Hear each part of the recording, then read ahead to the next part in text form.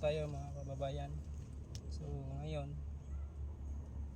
kasi kuha na siya, matured na po yung bunga niya, bawasan ito na natin yung kanyang dahon sa baba, kasi ang una-una, ang purpose nito mga kababayan, makukuha natin yung quality na bunga niya.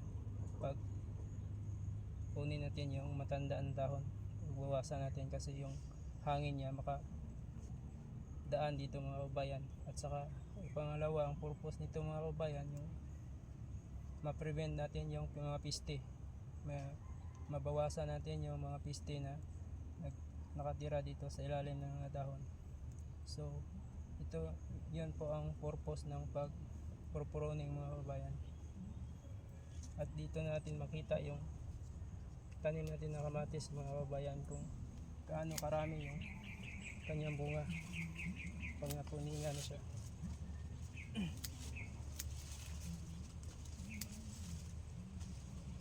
So malapit na po to, 1 week na lang po pwede na tayo mag-harvest na po, kasi pag napuningan na po to, madali lang to siya mahinog, mga 1 week po. Pagkatapos nitong pruning, mayroon na itong mga hinog konti-konti.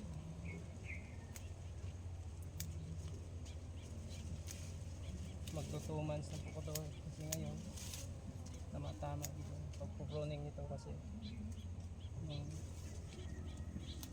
ibang bunga mature na, matugod ko na, ready to kuha na to, ready to fruiting na to po mga kababayan.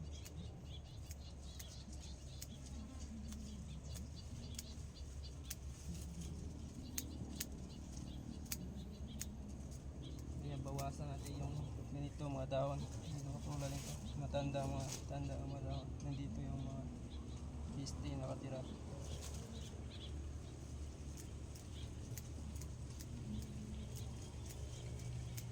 Mas maganda kasi pag naka-pruning mga kababayan, kasi makukuha natin yung quality ng bunga pagdating sa market.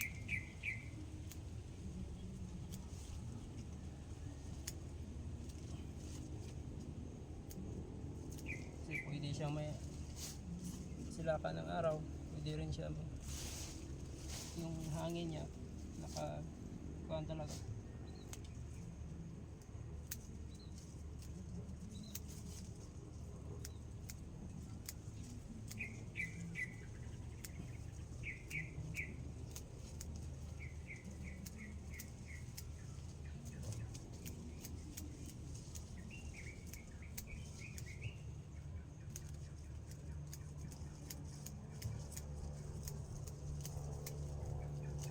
Maunti lang siya mga kabayan, tiyaga lang,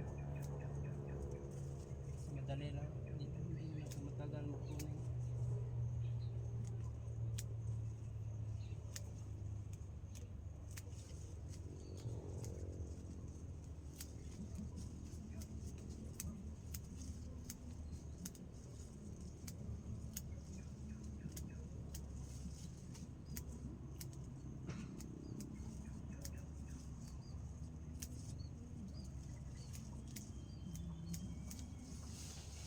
Ganito yung standard na pagbawas ng dahon mga kabayan, hanggang sa mga malaking bunga lang, hanggang dito lang. Kasi dito sa taas, di ba pwede yan bawasan, kasi yung mga bunga dito sa taas maliliit pa. So di po yan tutubo pag bawasan mo yung dahon sa taas.